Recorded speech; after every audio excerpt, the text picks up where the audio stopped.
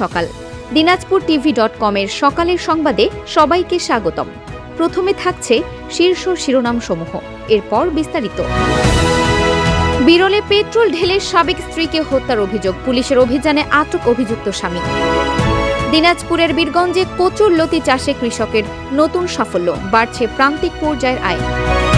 হাকিমপুরে internet থেকে ধারণা নিয়ে আঙুর চাষে অভাবনীয় সাফল্য পেলেন যুবক পলাশ হোসেন। স্বল্প খরচে দেশি শিং মাছ চাষে ব্যাপক লাভের হাতছানি, বছরে আয় হতে পারে 12 লাখ টাকা পর্যন্ত।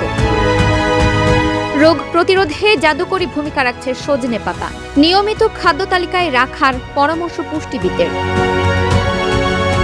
দিনাজপুরের বিরলে এক ভুক্তভোগী নারীর শরীরে পেট্রোল ঢেলে নির্মমভাবে হত্যার অভিযোগ উঠেছে তার সাবেক স্বামীর বিরুদ্ধে। ঘটনার পরপরই পুলিশ অভিযুক্তকে আটক করেছে। প্রাথমিক অভিযোগ অনুযায়ী শনিবার রাতে অভিযুক্ত সাবেক স্বামী জোরপূর্বক ওই নারীর বাবার বাড়িতে প্রবেশ করে তাকে ছুরিকাঘাত করেন এবং পরে শরীরে পেট্রোল ঢেলে আগুন ধরিয়ে দেন। গুরুতর দগ্ধ অবস্থায় ওই নারীকে উন্নত চিকিৎসার জন্য রংপুর মেডিকেল কলেজ হাসপাতালে নেওয়ার পথে তার মর্মান্তিক মৃত্যু হয়। নারী ও শিশু সুরক্ষার আইনে বাধ্যবাধকতা এবং নিরাপত্তাজনিত কারণে ভুক্তভোগী ওই নারীর নাম প্রকাশ করা হয়নি। পুলিশ জানিয়েছে হত্যাকাণ্ডের প্রকৃত কারণ উদ্ঘাটনে জোর তদন্ত চলছে এবং আইনি ব্যবস্থা গ্রহণের প্রক্রিয়া অব্যাহত রয়েছে। প্রথাগত ধান ও সবজি চাষের পাশাপাশি দিনাজপুরের বীরগঞ্জ উপজেলায় নতুন সম্ভাবনার দুয়ার খুলে দিয়েছে কচুর লতি চাষ। বর্ষার মৌসুমে পতিত জমিতে এখন পুষ্টিগুণে ভরপুর এই ফসলটি চাষ করছেন স্থানীয় কৃষকরা। পানি সহনশীল হওয়ায় বর্ষাকাল কচু চাষের জন্য অত্যন্ত উপযোগী। কৃষকরা জানান, বাজারে কচুর লতি ভালো চাহিদা থাকায় অল্প পরিচর্যা ও কম খরচে বেশি লাভ পাওয়া সম্ভব হচ্ছে। আয়রনের ঘাটতি পূরণে সহায়ক এই ফসলটির চাষ আগামীতে এই অঞ্চলে আরও প্রসারিত হবে বলে আশা করছেন সংশ্লিষ্টরা।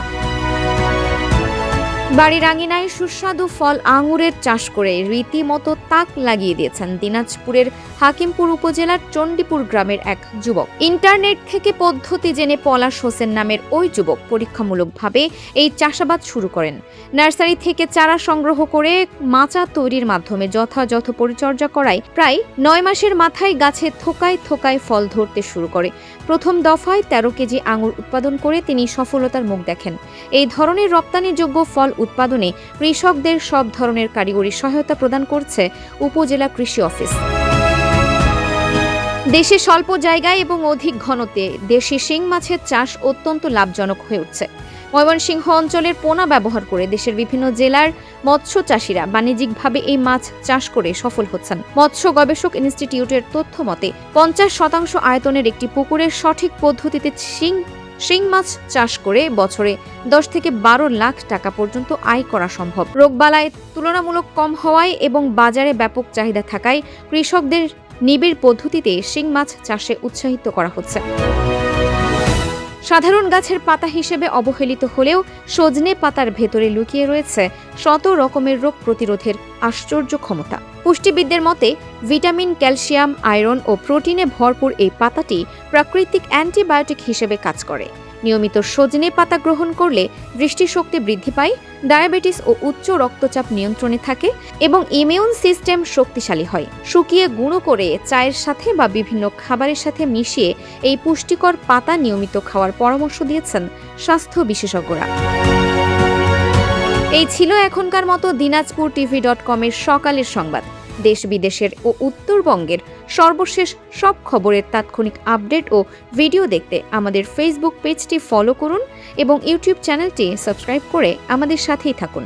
ধন্যবাদ।